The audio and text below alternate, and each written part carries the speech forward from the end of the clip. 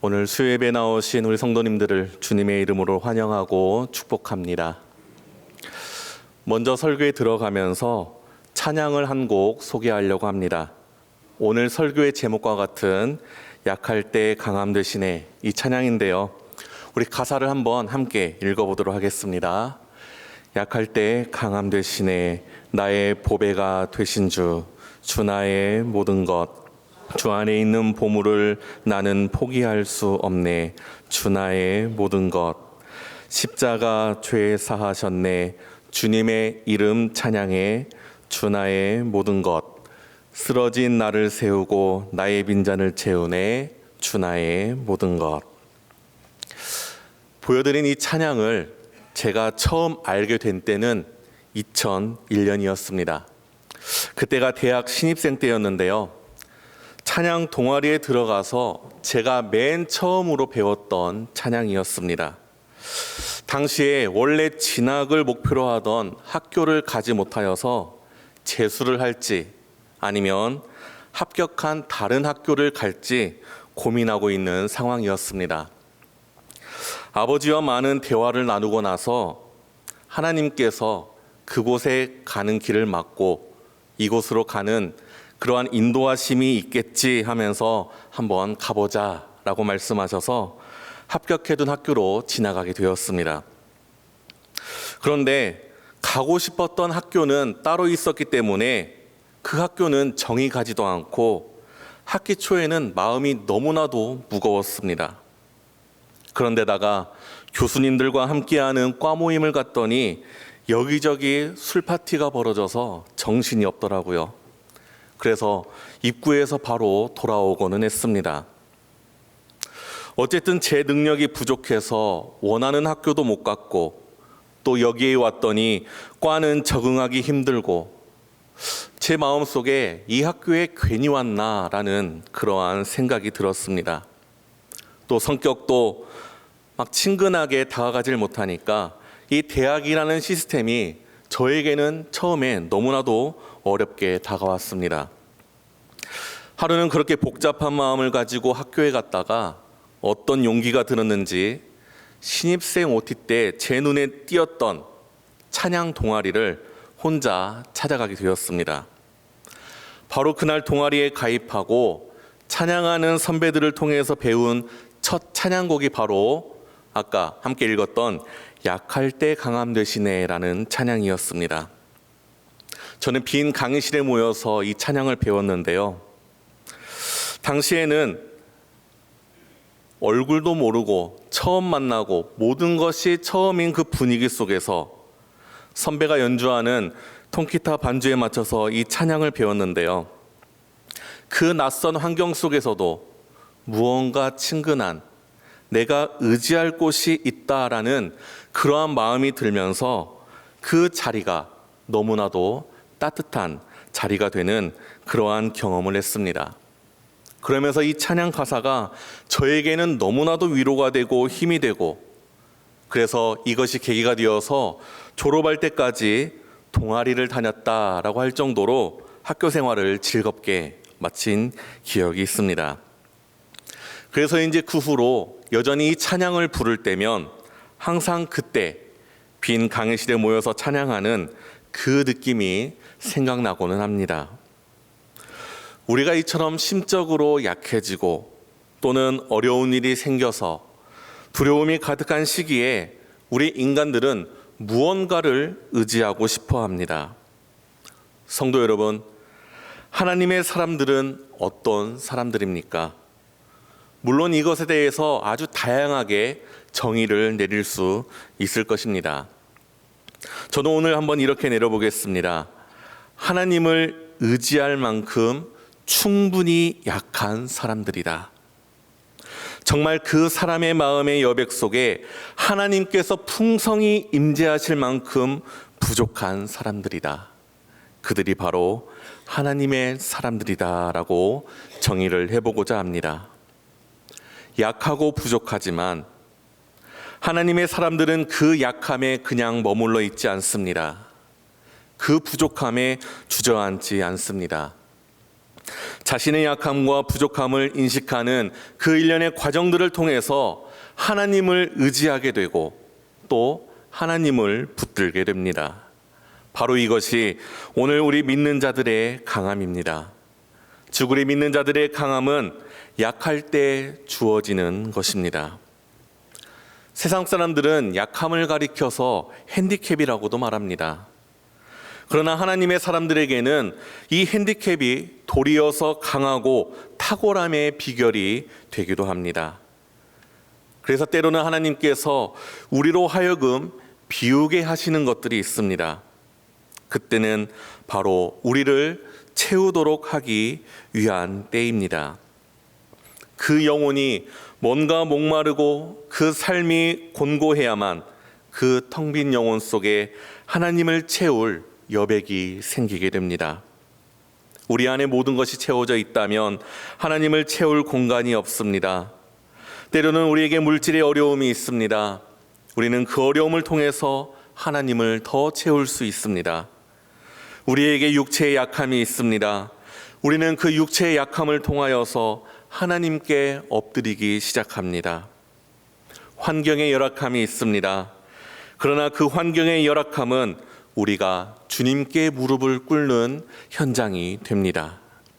그러므로 그것은 약한 것이 아니라 무능한 것이 아니라 하나님으로 인하여서 더욱 강해지는, 하나님을 통하여서 더욱 새로워지는 전환점이 되는 줄로 믿습니다. 사도 바울을 보십시오. 그에게는 육체의 가시가 있었습니다. 이 가시는 바울에게 있어서 연약함이라 할 수 있습니다. 이 연약함이 있기 전에 바울을 보십시오. 그는 모든 면에서 화려하고 뛰어났습니다. 그때의 삶은 어땠습니까?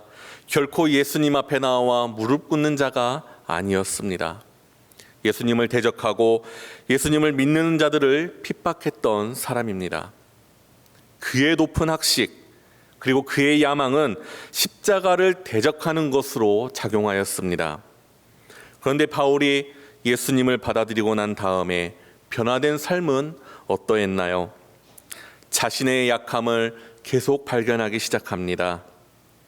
그리고 그 육체의 가시를 붙들고 기도합니다. 그냥 평범하게 하나님 고쳐주세요 하는 정도가 아니었을 것입니다. 몸부림치고 생명을 내건 기도를 했을 것입니다. 그런데 그럼에도 불구하고 하나님께서는 그 육체의 가시를 고쳐주지 않으셨지요. 그리고 이렇게 하나님이 응답하십니다. 바울아, 내 은혜가 내게 족하도다. 왜냐하면 네가 약한 데서 내 능력이 온전하여 짐이니라 라고 말씀하십니다. 무슨 말씀입니까? 네가 약하고 곤고하여서 너의 영혼이 비어있지만 그때 나는 너의 빈 영혼을 가득 채워서 너를 능력 있게 하신다라고 하는 말씀입니다.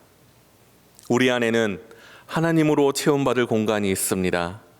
그 공간이 상실되어 버리면 우리는 갈급하여지고 곤고해집니다. 세상 사람들은 그 갈급함을 채우려고 자신의 욕망에 끌리는 세상의 것들로 채우고 지금 이 순간에도 그러한 것들을 채우려고 애를 쓰고 있습니다. 하지만 세상의 것으로는 아무리 많이 채울지라도 그 인생은 여전히 곤고할 뿐이지요.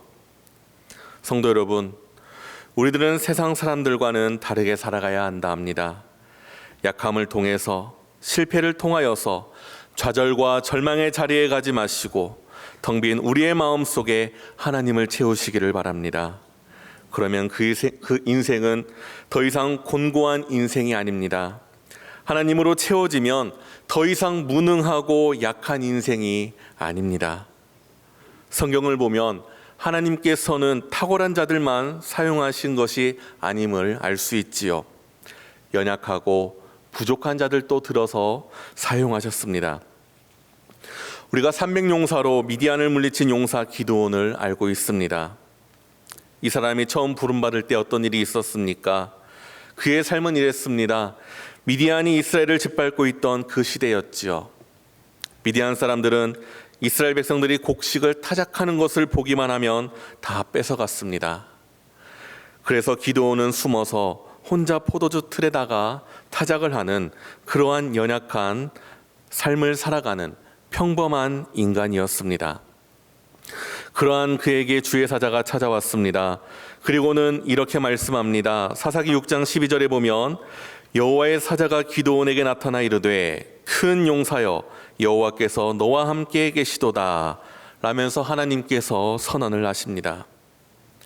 현실에 그는 용사가 아니었습니다. 숨어서 곡식을 타작할 만큼 연약한 평범한 사람이었습니다. 그런데 하나님은 그를 보시고 큰 용사여 하면서 그를 부르시고는 미디안을 격파하는 위대한 사사로 세우셨습니다. 그리고 그 이후에는 어떤가요? 그의 믿음은 아직 온전히 세워지지 않았습니다. 그래서 하나님께 몇 번이나 표징을 구합니다. 하나님께서 300용사를 세워주셨을 때 그 안에는 여전히 두려워하는 마음이 있었습니다. 그럼에도 하나님께서는 그를 책망하지 않으셨습니다. 믿음이 없다고 연약하다고 혼내지 않으셨습니다. 오히려 그에게 더 강한 확신을 심어주시면서 그를 통하여서 하나님의 큰 역사를 이루어 가셨습니다. 이것이 무엇을 말하는 것입니까? 기드온처럼 평범한 그 사람의 마음 가운데에는 하나님으로 채울 공간이 있었다라는 것입니다. 하나님은 그것을 책망하지 하는 것이 아니라 하나님의 능력으로 가득 채우시고 그를 통해서 하나님의 크신 역사를 이루어 가셨습니다.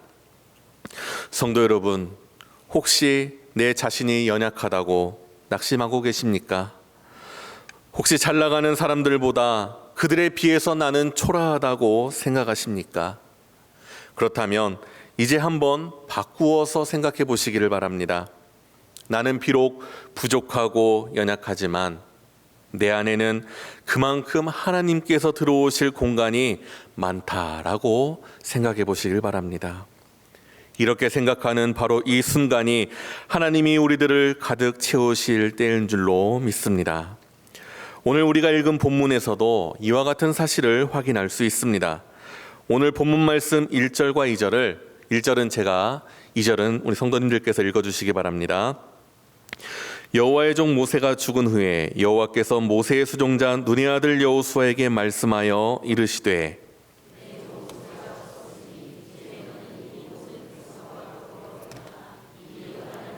내가 그들 곧 이스라엘 자손에게 주는 그 땅으로 가라. 1절과 2절에 보면 내 종 모세가 죽었다라는 말이 반복해서 나오고 있습니다. 이것을 어떻게 읽느냐에 따라서 저는 두 가지의 느낌을 받았습니다. 하나는 하나님의 아픔을 느낄 수가 있었습니다. 여호수아야, 내 사랑하는 종 모세가 죽었구나.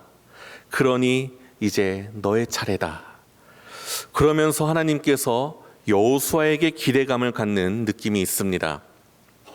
또 하나는 정반대의 느낌도 옵니다.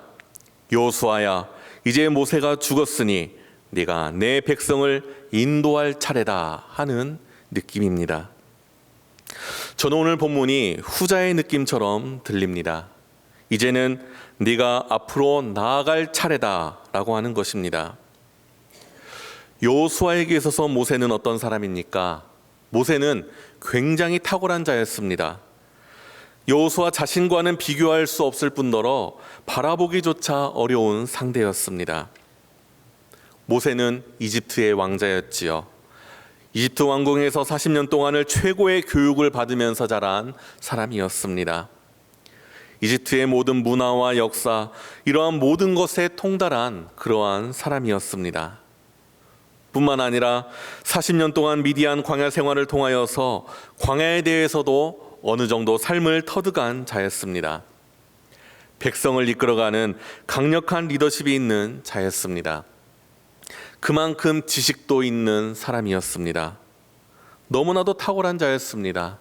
무엇보다도 하나님을 직접 대면하여 보았던 사람이었습니다. 그런데 여호수아는 지금 어떤 사람입니까? 오늘 본문을 보면 지금 여호수아의 현실을 설명해 주는 단어가 하나 있습니다. 제가 1절을 다시 한번 읽어드리겠습니다. 여호와의 종 모세가 죽은 후에 여호와께서 모세의 수종자 눈의 아들 여호수아에게 말씀하여 이르시되. 여기에 보면 눈의 아들 여호수아를 어떻게 소개합니까? 모세의 수종자라고 표현을 합니다. 모세의 수종을 들던 사람이다라고 말하는 것이지요.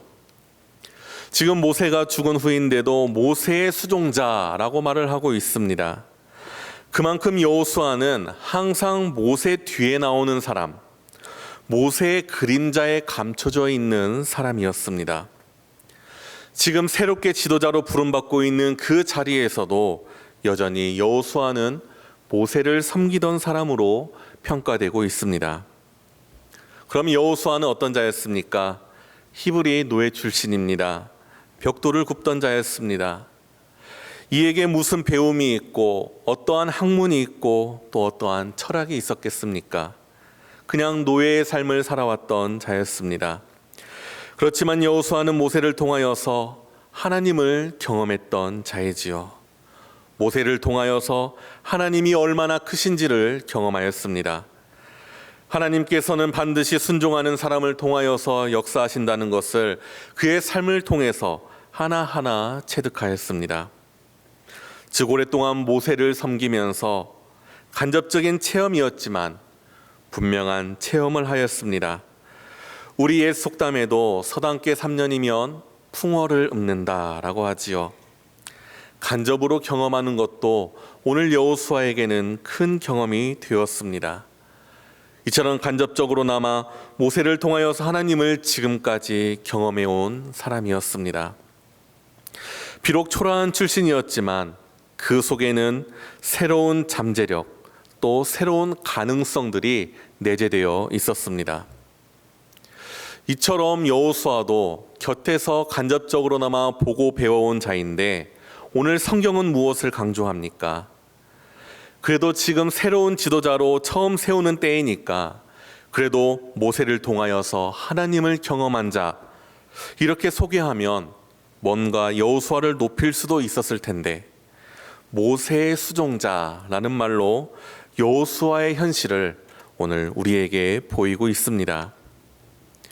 이처럼 여호수아는 모세에 비하여서 너무 작아 보이는 자였습니다.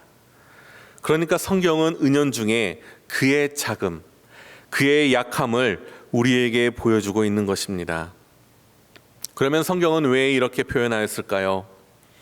하나님의 거룩한 구원과 하나님의 영광을 완성하는 것은 때로는 연약함이나 초라함에서 드러난다는 것을 우리에게 말씀하고 있는 것입니다. 성도 여러분, 다윗의 탁월함이 제일 먼저 어디에서 검증이 됩니까? 골리앗과 싸울 때지요. 그는 기껏 10대 소년 정도밖에 되지 않았습니다. 아직 온전한 성인으로 성장하지도 않았습니다. 그런데 골리앗은 성장한 성인이며 키가 2m 70이 넘었습니다. 그의 건장함, 그의 용맹스러움은 대단하였습니다. 다윗은 아직 어렸지만 골리앗에 비해서 연약하였지만 이방 사람이 하나님을 못 오가는 것을 참을 수가 없어서 그의 앞에 거룩한 분노를 가지고 나아갔습니다. 골리앗이 모독하는 만군의 여호와의 이름으로 나아갔습니다. 즉 하나님을 마음에 품고 나아간 것입니다. 그리고 나서 결과는 어떠합니까? 우리가 잘 알고 있듯이 다윗이 던진 물맷돌이 골리앗의 이마에 박히게 되고 그대로 쓰러지고 맙니다. 여기에서 드러나는 것이 무엇입니까? 다윗의 용맹함입니까? 아니면 할 수 있다라는 긍정적인 사고입니까? 왜 이처럼 게임이 안 되는 싸움에서 다윗이 이긴 것이고 이것을 강조하는 것일까요? 바로 이 싸움은 연약한 다윗을 통하여서 하나님이 대신 싸우셨기 때문입니다. 하나님이 악한 사단의 권세를 진멸하신 것입니다. 이것은 상징적인 것입니다. 이것이 어디에서 꽃을 피우게 될까요? 바로 십자가입니다. 예수 그리스도의 십자가, 이것은 초라함의 극치입니다. 멸시와 천대의 상징이었습니다. 사람들은 모독합니다. 매도합니다. 네가 하나님의 아들이거든 너도 내려와 살고 이들 또 한번 살려보라며 예수를 모욕합니다. 사람들이 침을 뱉고 모독하고 이렇게 천대를 받고 그 자리에서 돌아가십니다. 마치 그분이 정복당한 것처럼 보여졌습니다. 죽음에게 정복당하고 세상의 악에게 정복당한 것처럼 보였습니다. 그러나 예수님은 정복당하지 않으셨습니다. 예수님은 부활하심으로 그 모든 악의 권세와 사망 권세를 깨뜨리셨습니다. 초라함에서부터 그의 위대함이 드러나고 죽음에서부터 그의 영광이 드러나게 되었습니다. 그리하여서 주님께서는 우리가 마음에 주님을 품기만 하면, 우리 안에 모시기만 하면 주님께서 누리실 부유함, 주님의 영광, 주님의 장엄함을 우리에게 안겨주셨다는 사실입니다. 이것이 우리에게 주신 하나님의 위대한 비전입니다. 우리는 그런 사람들입니다. 썩을 것을 내어주고 썩지 않을 것을 다시금 돌려받는, 무능한 것을 내어놓고 정말 하나님의 위대함으로 돌려받는 그러한 놀라운 삶을 살아가는 자들이 바로 오늘 우리들의 삶입니다. 다시 말씀으로 돌아가서 2절을 다시 보면 이제 하나님께서 새로이 지도자가 된 여호수아에게 명령을 내리십니다. 2절 말씀을 제가 읽어드립니다. 내 종 모세가 죽었으니 이제 너는 이 모든 백성과 더불어 일어나 이 요단을 건너 내가 그들 곧 이스라엘 자손에게 주는 그 땅으로 가라. 하나님은 여호수아에게 이스라엘 백성들을 거느리고 요단을 건너서 가나안으로 가라라고 명령을 하십니다. 원래 이 일은 모세가 해야 하는 일이었지요. 그러나 모세는 들어갈 수가 없었고 이제 그는 죽었기 때문에 여호수아에게 이 일을 맡기십니다. 결국 이와 같은 명령은 하나님께서 여호수아를 이스라엘의 지도자로 임명했다는 것을 의미하는 것입니다. 이처럼 하나님의 일을 수행하는 자들은 하나님으로부터 인정받고 임명받은 사람이어야 합니다. 그러므로 하나님의 일꾼들은 우리 사람들로부터 인정받기 위해서 노력할 것이 아니라 하나님에게 인정받는 자가 되어야 할 것입니다. 오늘 본문 5절과 6절 말씀을 보겠습니다. 5절은 제가, 6절은 함께 읽겠습니다. 내 평생에 너를 능히 대적할 자가 없으리니 내가 모세와 함께 있었던 것 같이 너와 함께 있을 것임이니라. 내가 너를 떠나지 아니하며 버리지 아니하리니 강하고 담대하라. 너는 내가 그들의 조상에게 맹세하여 그들에게 주리라 한 땅을 이 백성에게 차지하게 하리라. 아멘. 하나님께서는 여호수아에게 강하고 담대하라라고 말씀을 많이 하십니다. 그런데 모세에게는 하나님께서 이 말씀을 거의 하지 않으셨습니다. 너는 일어나 애굽으로 내려가 내 백성을 구원해내라. 이 지팡이를 손에 잡고 가라. 그 외에는 별 말씀을 하지 않으셨습니다. 그러나 오늘 말씀을 통해서 볼 때 여호수아에게는 반복하여서 강하게 하라, 마음을 강하게 하라, 마음을 담대히 하라, 내가 너와 함께 하리라 하면서 자꾸만 약속의 말씀을 되새기십니다. 하나님께서는 왜 이처럼 여호수아에게 강하고 담대하라 라는 말씀을 반복해서 말씀하시는 것일까요? 그만큼 이 여호수아가 연약한 자였기 때문입니다. 그만큼 그는 두려워하고 있었습니다. 과업은 벅찬데 지금 자신의 존재는 너무나도 미약하였습니다. 이것을 여호수아는 잘 알고 있었습니다. 그리고 하나님도 이것을 알고 계셨던 것입니다. 여호수아의 입장에서 한번 생각해 보십시오. 가나안 땅을 가서 정복하라 라고 하는데 그것은 단순히 이사를 가는 그러한 상황이 아닙니다. 그 가나안 땅에는 온갖 강한 민족들이 살아가고 있는 곳이었습니다. 아낙 자손들은 키가 2미터가 넘는 사람들입니다. 그런 자들이 득실거리는 그 가나안 땅을 하나님께서는 정복하라 라고 하셨는데 지금 그 앞길이 밝게만 보였을까요? 그렇지 않았을 것입니다. 하나님께서는 중대한 순간에 이 지도자의 자리에 앉게 된 여호수아를 격려하셔야 할 그러한 필요성을 느끼시고 위에서 과거에 아브라함과 맺었던 언약을 상기시켜 주셨습니다. 가나안 땅은 이미 예전 이스라엘 백성에게 주기로 작정되었던 땅이기 때문에 두려워하지 말고 담대히 나아가서 그 땅을 차지하라고 말씀하셨습니다. 성도 여러분, 믿음이 무엇입니까? 참된 믿음은 두려운 상황에서, 힘든 상황 속에서, 가슴이 조여드는 그러한 고통 속에서 그래, 나는 연약하고 작지만 하나님은 나와 함께 하시니, 나는 연약하지만 주님이 나를 도우시니 나는 할 수 있다 하면서 하나님을 믿는 그러한 믿음으로 일어나는 것이 참된 믿음 아니겠습니까? 이처럼 하나님의 말씀을 기억하며 그 말씀을 신뢰하며 소망을 품는 것이 믿음입니다. 이러한 사람들이 믿음의 사람들입니다. 현실에 따라서 이리저리 흔들리는 것이 아니라 오직 영원하신 하나님을 의지하는 것이 믿음입니다. 하나님은 여호수아에게 바로 이러한 것을 요구하셨습니다. 너는 오직 나만을 의존하라. 너는 오직 내가 너에게 명하는 말에만 순종하라. 이것이 정말로 강한 사람이 되는 그러한 원동력입니다.